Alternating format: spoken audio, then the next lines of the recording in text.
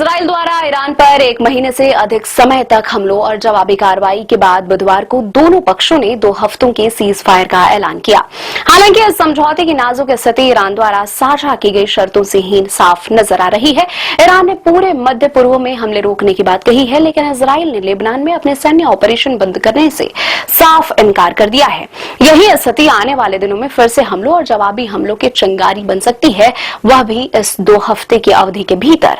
अब सबसे बड़ा सवाल यह है कि जब सीज फायर से पहले ही कमजोर माना जा रहा है, तो क्या यह तब भी टिक पाएगा जब इजराइल लेबनान में अपनी सैन्य मौजूदगी बनाए रखेगा?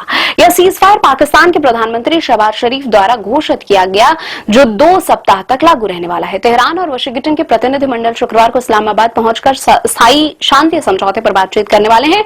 हालांकि यह विराम मध्य पूर्व में हफ्तों से जारी हमलों और खाड़ी क्षेत्रों के ऊर्जा ढांचे को हुए नुकसान के बीच राहत जरूर देता है, लेकिन एक पक्ष अब भी लेबनान में सैन्य कार्रवाई जारी रखने पर अड़ा हुआ है और वह है इजराइल।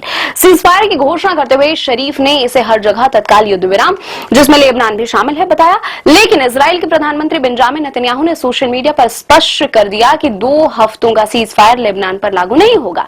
यह बयान न सिर्फ पाकिस्तान द्वारा बताए गए समझौते के विपरीत है, बल्कि ईरान के 10 सूत्रीय प्रस्ताव के भी अहम बिंदु क्षेत्र में उसके सहयोगी संगठनों के खिलाफ सैन्य कार्रवाई रोकने के भी खिलाफ जाता है। अमेरिका और ईरान के बीच किसी भी स्थायी शांति समझौते की सफलता इस सीजफायर के टिके रहने पर निर्भर करती है, जिसमें हर जगह संघर्ष रोकने की बात कही गई है। लेबनान भी इसमें शामिल है, लेकिन समस्या यह है कि इजराइल ने साफ कर दिया है कि वह लेबनान में अपने ऑपरेशन जारी रखेगा। ईरान ने भी इस डील में और भी 2 बड़ी मांगे रखी। हॉर्मुज जल डमरू मध्य पर पूरा कंट्रोल, मिडिल ईस्ट से अमेरिकी सेना की वापसी, विदेशों में फ्रीज किए गए अरबों डॉलर तुरंत रिलीज। अब जरा सोचिए, अगर ये सारी शर्तें मान ली जाती हैं तो मिडिल ईस्ट का पावर बैलेंस पूरी तरह बदल सकता है। जहां वाशिंगटन इसे अपनी जीत बता रहा है, वहीं तेहरान की गलियों में इसे अमेरिका की मजबूरी कहा जा रहा है। तो क्या ये शांति असली है या सिर्फ एक भ्रम?